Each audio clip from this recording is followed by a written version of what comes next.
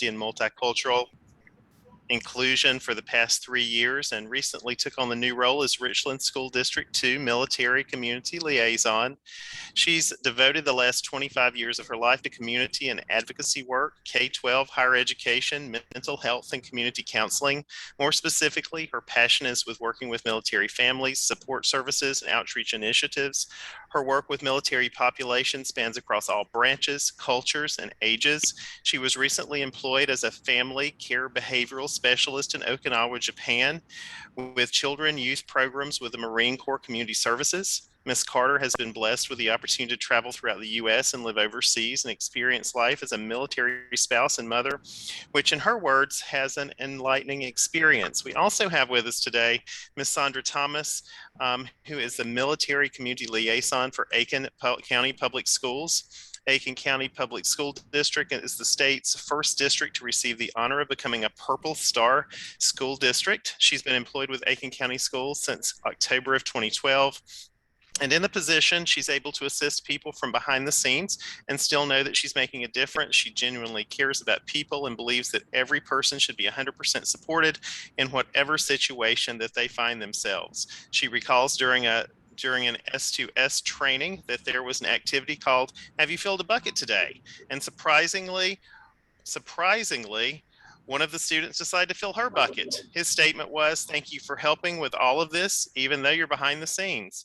Upon reflection, that's how she feels about this job assignment. She's dedicated to working behind the scenes to help all military families in a Purple Star School District with relocation, deployment, loss, and academic planning. And we'd like to welcome both Kelsie and Sondra to present for us today. Hello. Thank you all so much for being here today as we renew, reboot, and re-engage. I love this message from the South Carolina Family and Community Engagement Summit, renew, reboot, and re-engage. We welcome you to our session supporting military families in a Purple Star fashion. I'm Kelsie Carter. Next slide, please.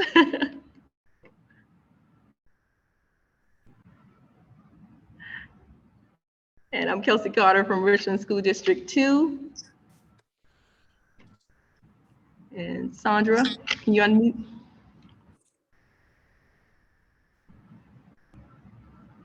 We want to talk a little bit about the power of partnership. And a partnership is defined as a relationship where two or more parties having common and compatible goals agree to work together for a particular purpose and or for some period of time. And so we're excited about the opportunity to work together. Sondra and I worked together before in partnership as Purple Star districts. And so this is a great opportunity for us to share together a little bit more of how we take care of our military connected students Purple Star style. So go ahead, Kelsie. All right, and so what we'd like for you to do now is, those of you who are members of the military, if you've served in any branch of the military, we'd like to take this opportunity to thank you for your service. If you are a military spouse, thank you for your service. If you are a military child, we want to take this time out just to say we appreciate you and we thank you for your service. Next slide, please. We would like for you to go in this little activity with us, and we want you all to please close your eyes for a moment. And we want you to imagine that you received a telephone call saying that within the next month you will have to relocate. And they're relocating you to a location or place that you've never been before, a place where you don't have any ties and you don't know anyone there. And so you're trying to get yourself together to relocate for your job. And bam, your spouse gets a call and say they have to go away for a couple of weeks on their job. And so you relocate to this community. And again, you don't know anyone. You have to get your children enrolled in school. You know nothing about the schools except for the little research that you've done. Time you move to the new location, bam, oh, my tooth hurt. I need to find a dentist. What dentist am I going to find? Where is the grocery stores in this community? What kind of after-school programs do they have for my children? Because I do have a child that's in high school, middle school, and elementary school. And then you think about the time is approaching and your furniture did not arrive on time. And I forgot the paperwork for my kids to enroll in school. Are the schools going to allow me to enroll my kid? What am I going to do? And now you can open your eyes and tell me, unmute yourself and tell me, how did that make you feel?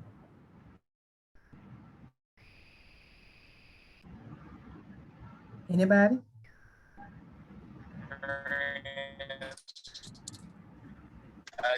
Good afternoon. Good afternoon. For me, it was scary.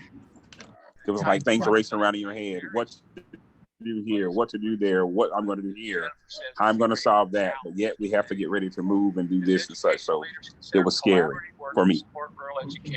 Very good. Anyone else? Broad questions. What do rural schools do for their communities? And those of you that I'm hearing something in the background. Okay. So exactly. That is a scary feeling. The anxiety that comes thinking about all these different things that you have to do. So imagine you're 12, imagine you're 5, and you start in a new school. You have to move to a new community. You just got a chance to start bonding with students or people that you met 2 years ago. And here it is again, 2 to 3 years, and you having to move again. And that's how our military children are. Those students are students that have to transition a lot. And for us as the military community liaison, our job is to make that transition as comfortable and as pleasant as possible for these students. It is said that a student, an elementary student has transitioned at least 2 to 3 times in their elementary years. That's a lot for a student.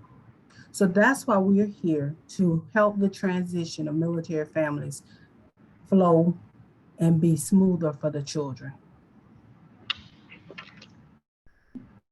Next slide. Thank you. And so we included this quote by Michelle Obama, former First Lady Michelle Obama, as America asks more of these families, we're talking about military families, they have a right to expect more of us. This is our moral obligation. And so we wanted to put this out here because it's very important for us to understand that that we owe these families a lot. It's our obligation to provide them with the best of supports and the best of services, and to partner to do that, because we can't do it by ourselves. We need the SLOs, all of us together working in concert to support the needs of military families. As Sondra explained, and the person that unmuted themselves, it's scary. I'm a military spouse, and it was scary. That's a great word to describe that call that you get, or your spouse comes home, we are PCS, and you're like, oh wow, here we go. So so we wanted to share that quote just so we understand that it's all of our obligations to support military families. Next slide, please. So we can see here that in the state of South Carolina that there are a total of 12,533 military families representing all of 5 branches. Of course, the Army being the largest numbers. Fort Jackson is, here in Columbia, so we have a large number of Army soldiers here. Out of that total number, I think our district represents about 20% of that number. Next slide. The total number of military students in the state of South Carolina is almost 20,000, 18,237, which is a lot. We have a lot of students in our state that are military connected. And I think we've got about 20%, 20.5% to be exact, of students out of that total number. So that means that, we definitely need to roll up our sleeves and be prepared to work and support these students. The question is, what is a Purpose Star School District? So a Purpose Star School District is a grassroots effort to support the many military-connected children who transition into our new schools whenever their active duty parents receive a relocation order. Purpose Star programs certify K through 12 schools as friendly to and familiar with the unique educational, social, emotional needs of the 1.2 million students who have moved every 2 to 3 years. In the state of South Carolina, we have only had the Purpose Star school districts for the past 3 years. And of course, as it was mentioned before, Aiken County was the first school district to come on board. And then you also have Richland too, that was right after Aiken County. So there are 6 benefits for having a Purpose Star school district. One is you have a dedicated liaison. You have one point of contact. Military families, whenever they're moving into our district, they have a point of contact. They don't have to go through 2 or 3 different people. They can call the liaison, and that person will be able to help and assist them with any needs that they may have. Then we have our we have a student ambassadors program. Here in Aiken County, and I know also in Richland County, we use what we call the student-to-student program. And that's a student-led program that help military families transition into our community. We also have a dedicated page on our websites stating what a military-friendly school looks like. So parents won't have to go through different pages. We have it right there in front of them that they can go directly to. Educational planning, extracurricular planning, and school trainings is what we do as a Purpose Star school district. Next. Okay, and so part of the educational planning component is MIC3, which is the acronym for Military Interstate Children's Compact Commission. And so what is the compact? The compact basically deals with the challenges that military children in their frequent locations. It allows for what we call like a uniform treatment as military children move from school to school in member states. And of course, South Carolina is a part of the compact. And I just want to go back and say really quickly that, we are very appreciative of the Department of Education for a Purple Star designation. They saw the need to bring this program to the state of South Carolina because of our number of military connected students. And so the program was obviously bought in by the Department of Education. And so we appreciate that. And we know that it's needed, and we're actually doing everything that we can to support the program. Educational planning piece of MIC3 is South Carolina Purple Star schools adhere to Military Interstate Children's Compact Commission. And so that's something we take very seriously. We do training within our districts for our counselors and our staff so they understand what MIC3 is all about. So students that are covered under the impact are all students K through 12 and some college that has an active duty parent in any of the forces of the service, to include the National Guard and Reserve. So we service any student K through 12 that has an active parent, a parent that's active in the military.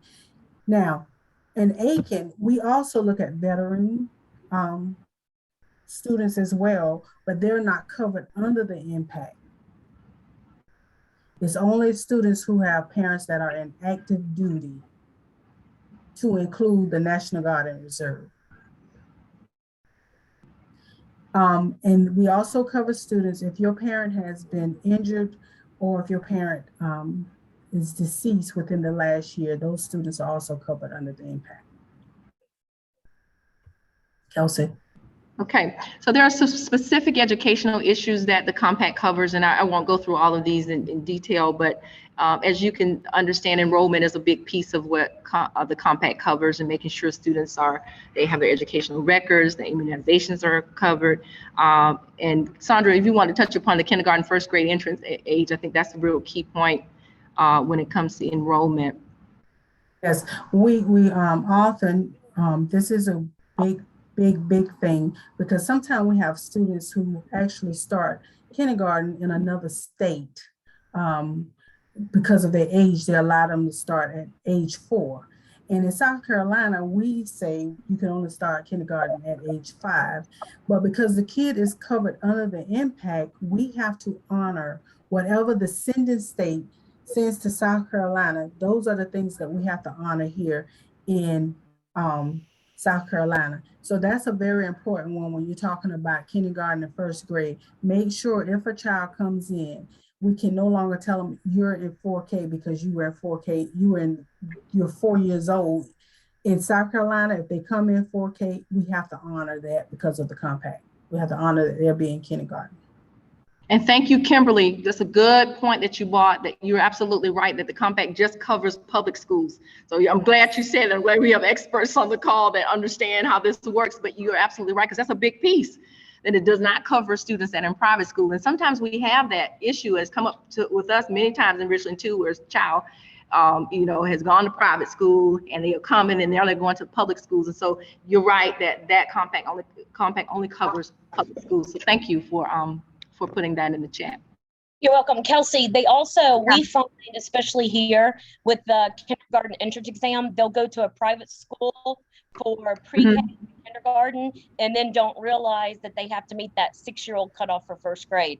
And they're like, right. Well, can't we use the compact for that? And so it's like, well, no, because you went to a private school, right, by going to a public school. Right. I'm so glad you brought that up. And that happens often. So, yeah.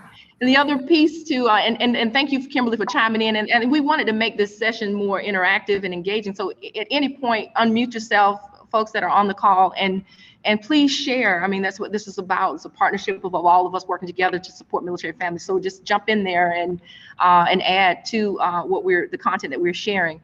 The other important part to the compact is obviously making sure that students stay on track for graduation. And so that's really key in making sure that students have the course requirements needed, that, when they come to our districts, that we keep them on track for graduation. And that's why the compact, I think, is so helpful and meaningful, because in the past, it's been situations where students have not been able to get the courses that they needed, and they have to wait a year or have to take a different course and they don't get credit for. And so we just want to, make a point of some of these areas: eligibility, graduation, placement, and attendance and enrollment. Next slide, please.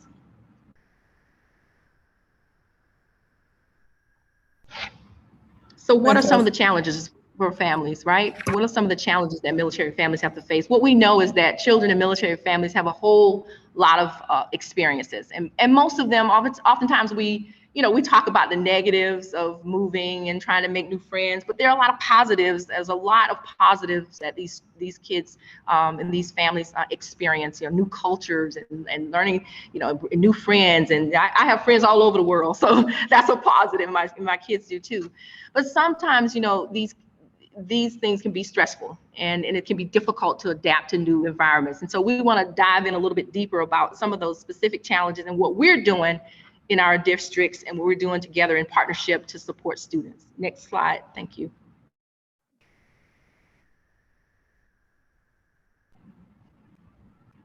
So you want to speak on this?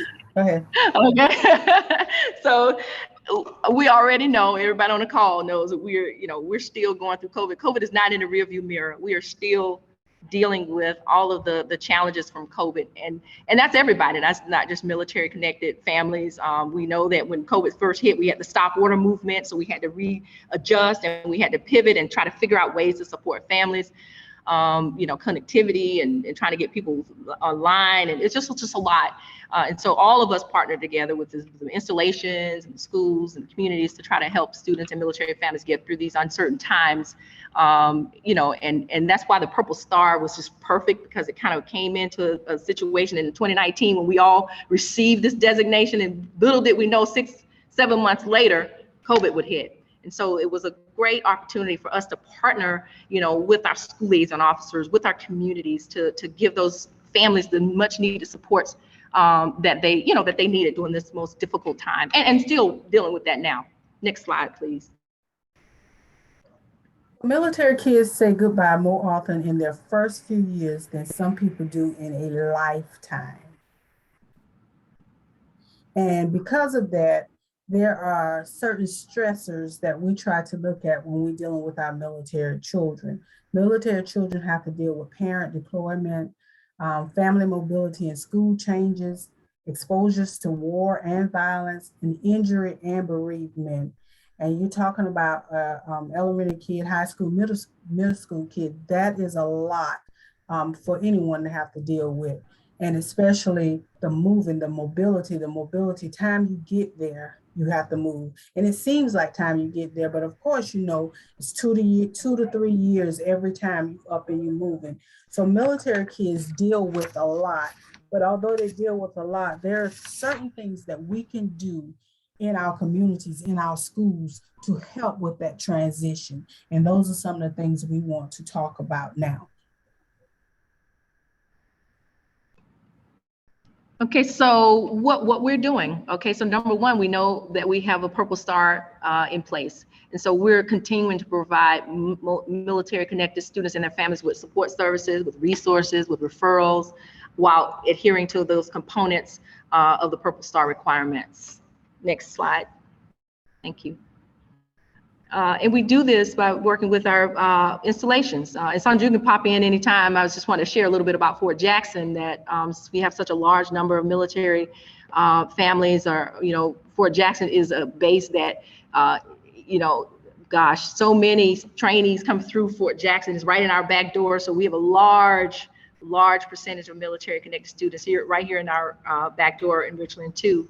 And the installations provide that support that you need, that connection. So, and that partnership, I give shouts out to our SLO school liaison officer, Fred Henley, all the time, every day, all the time, because Fred is incredible. And we work very closely together to support the needs of our families here in Richland County. And unlike Richland too, Aiken County does not have a base here in Aiken, but we're connected to Fort Gordon. And we work with Fort Gordon. We send our kids, our families over for the different resources. We make sure that we let them know what's available at Fort Gordon for the families, from medical to fun days to anything that they may need over there. And we work with our SLOs, school resource officers over there as well. Currently, Aiken County only has 652 students that are military connected, unlike Richland 2, who has 3,781. That's a lot. That's a lot of military to date, about 20.5% of the population in the state. So it's the largest number in the state. So, you know, that like you were saying, Sondra, so that relationship that we have with our installation is critical, you know, moving forward. It's critical. And so the liaisons, our role is obviously not to take the place of the school liaisons. School liaisons do a whole lot, and they have a whole host of other responsibilities, but we kind of step in there as a support for them and being that POC within the district, so they have a connection to help, you know, kind of give extra layers to support students. Exactly. So we are providing social and emotional support for military connected students and educational workshops for their parents. And we do that through partnering with different various organizations, and we do it differently. Kelsie does what she does in Columbia. I do what I do here in Aiken, but we meet the same goal. And the same goal is to support the military families. One of the organizations that we work heavily with is the Military Child Education Coalition.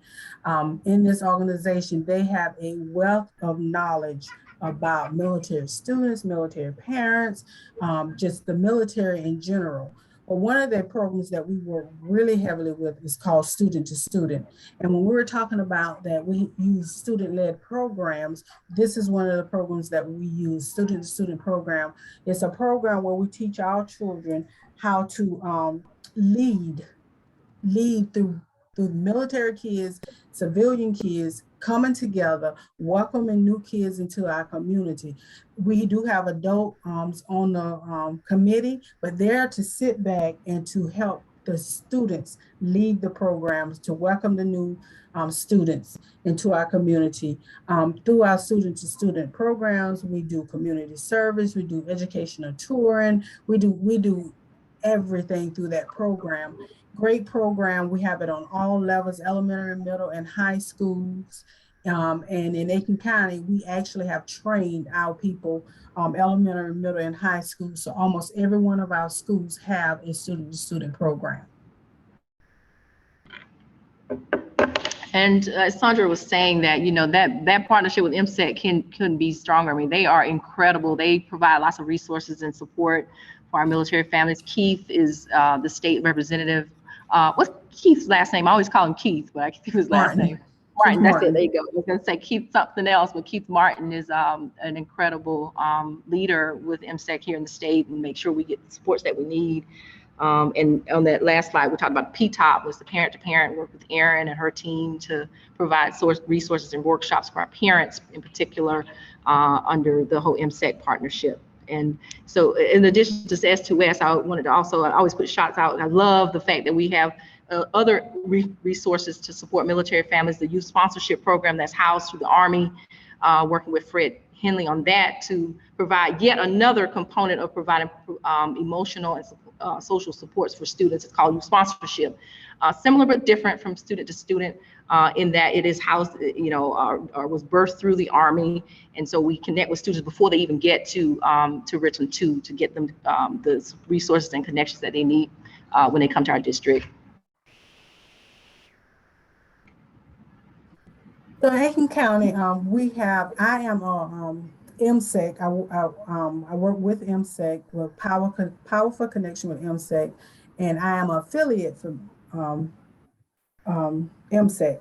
And so what we do, they train us on a lot of different networking opportunities that we can bring back into our district and give it to the parents and to connect the students here in Aiken County so that they would know where they need to go to get the resources that they need. It's a great support for this particular community and any other community that has affiliations with the MSEC.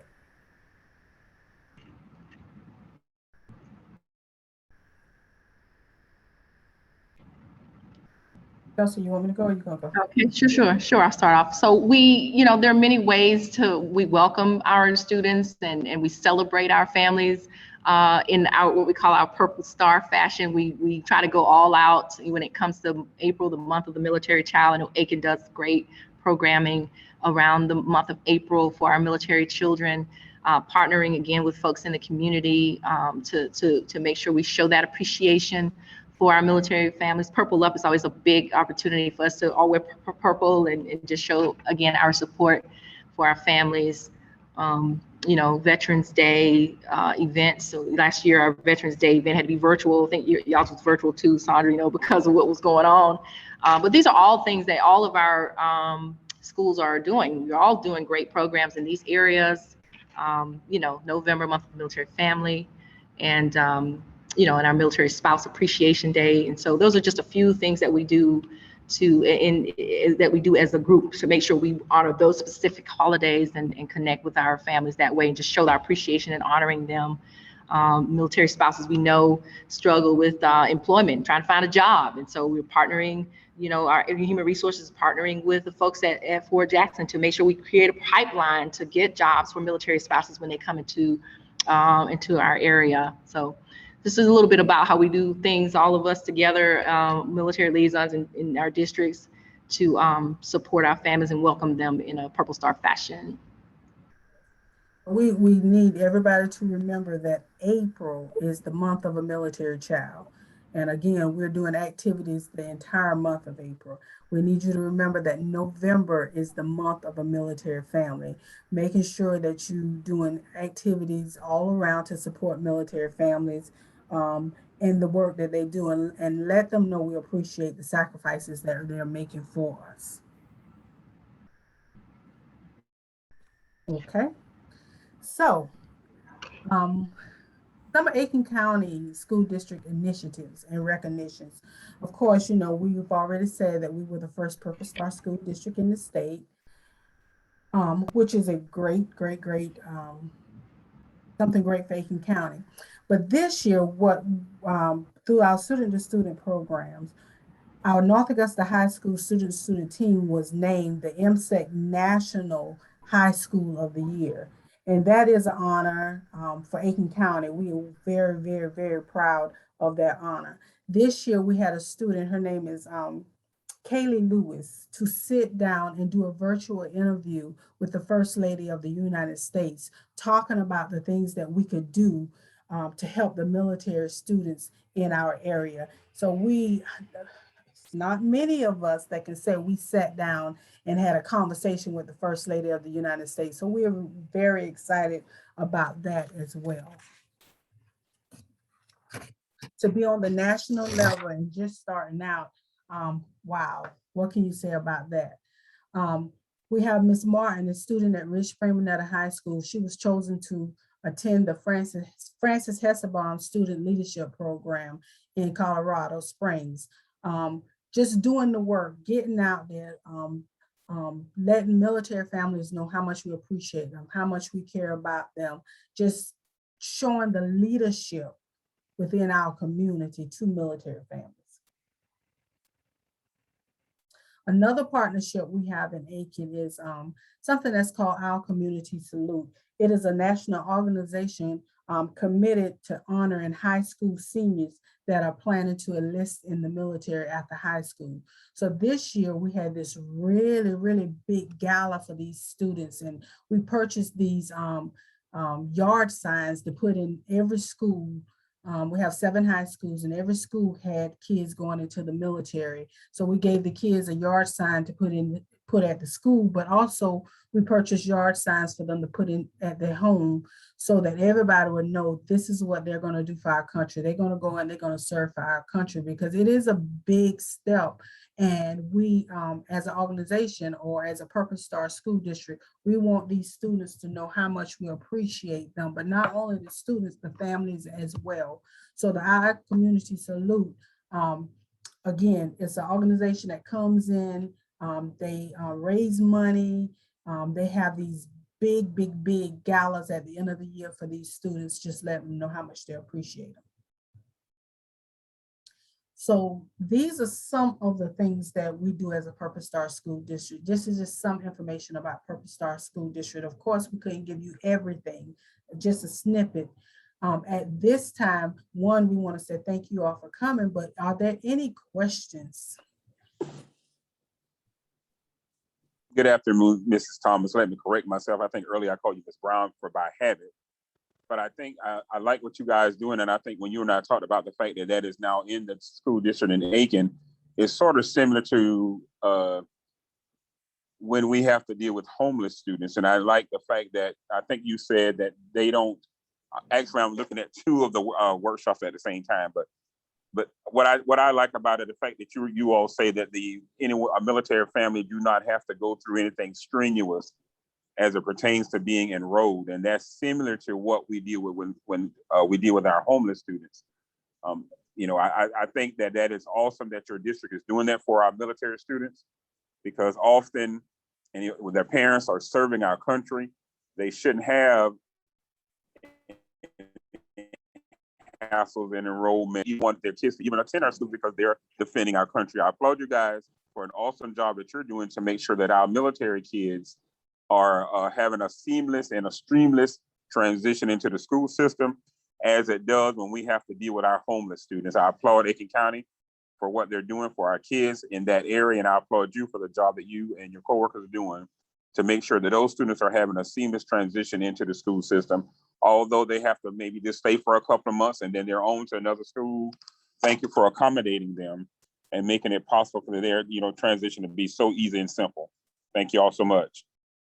Thank you, sir. We appreciate that very much.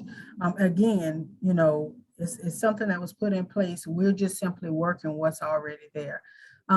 I see our supervisor, Ms. Kim Priester, one of our supervisors is on the line. Ms. Kim, do you have anything you would like to add to the conversation? Good afternoon, everybody. Good afternoon. Awesome.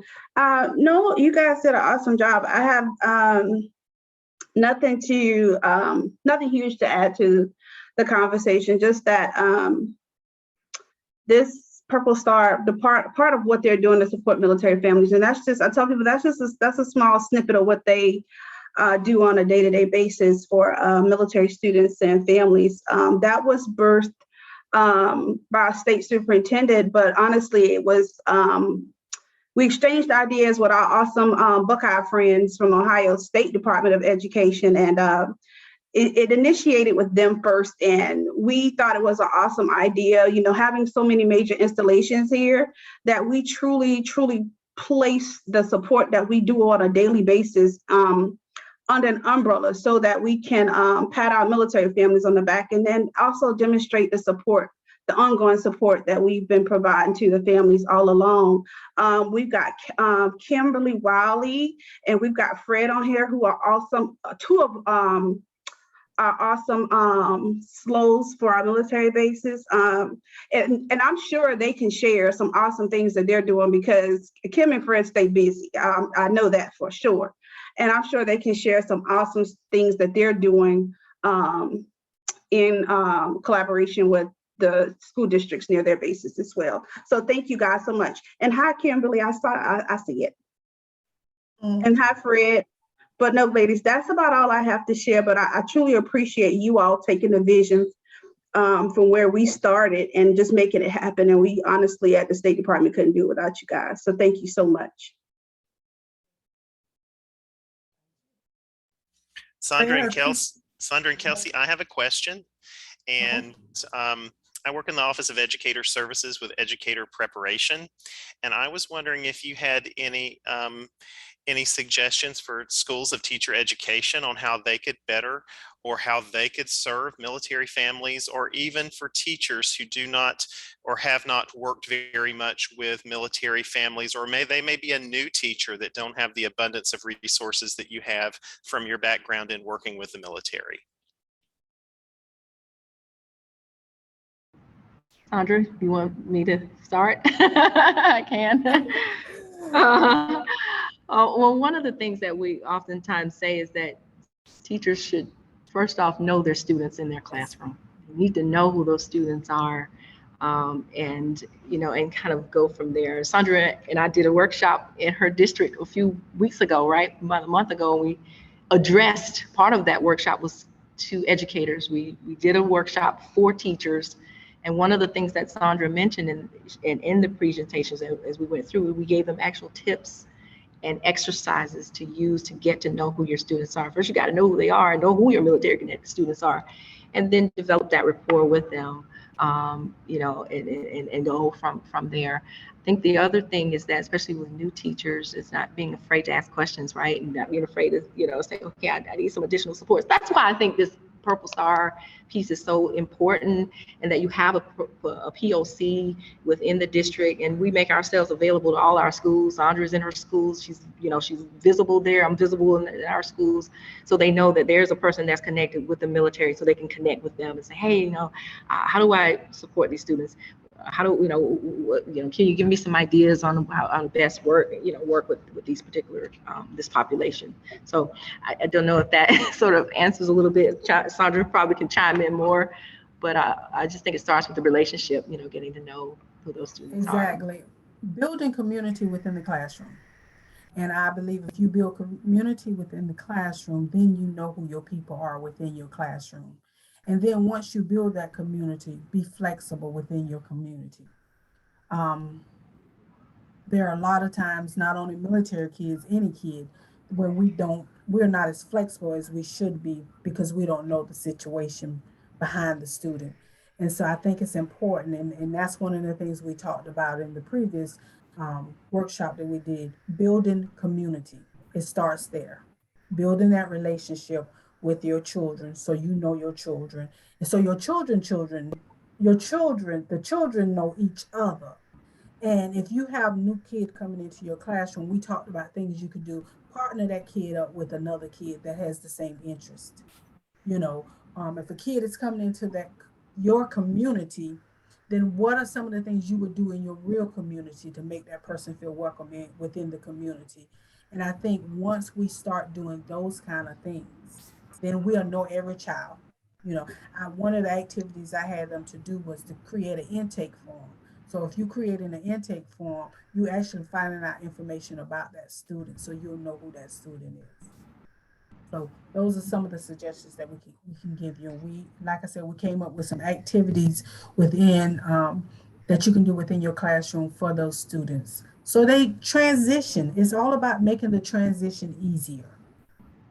It's I all think about. another thing, James, I just thought about something, and when you mentioned that, I thought about something that would probably be beneficial, especially to new and inductee teachers. We often do the Military Interstate Compact Commission training. We do it with registrars, and we do it with school counselors. But now that you're, based on what you asked, I think it would probably, well, not probably, it would actually be just as beneficial to present that information and train new incoming teachers on that information. So then we create a system of fluency from somewhere, and it definitely could start with them, and then it becomes a rippling effect. Because even though the counselors are trained in the military compact, which is also, keep in mind, is also part of the South Carolina legislation. It's actually an article within our law that we follow these particular guidelines. But I think it would be most beneficial, because oftentimes a counselor may not have the time to connect with a new teacher to introduce them to what those compacts are and what they might need to provide, especially if we're talking in terms of special services and different educational placement programs. They would definitely need to be informed on what that compact entails. Exactly. And another thing is also, we have I am on everybody's website.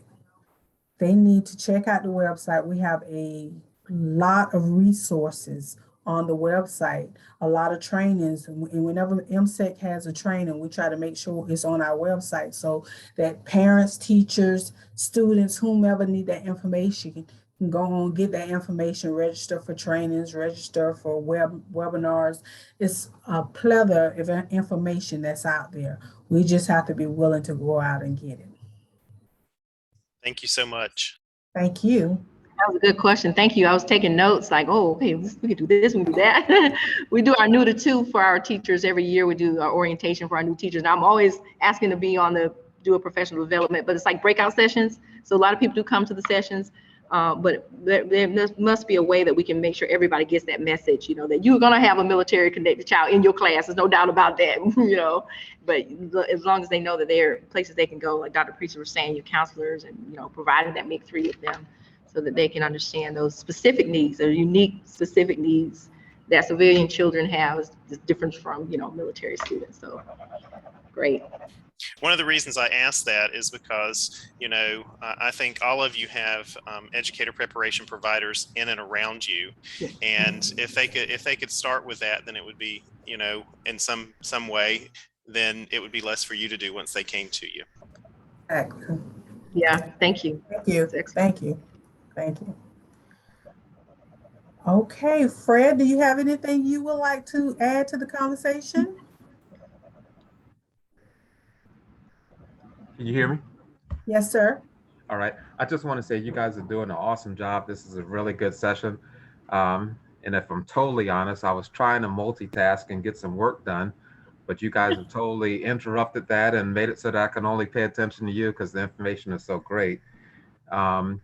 Also, just want to say that both Kim and I are working on something for MIC3.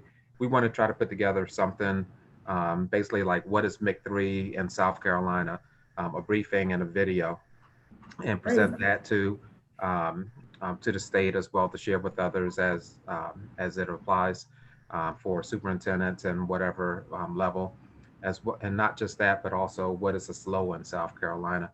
So we're collaborating with that, and also with collaboration, both Kelsie and I, we're working on things all the time, of course, but different events help teachers to learn more about the military connected student. There's nothing like doing things like the day in the life of a drill sergeant, tours of installation, so they can get to know the student, get to know the parent and what they go through within their own home as far as stress and transitions are concerned. Again, you guys are doing an outstanding job. I'm gonna go back on mute so I can hear the rest of this. Thank you, Fred. Miss Kimberly.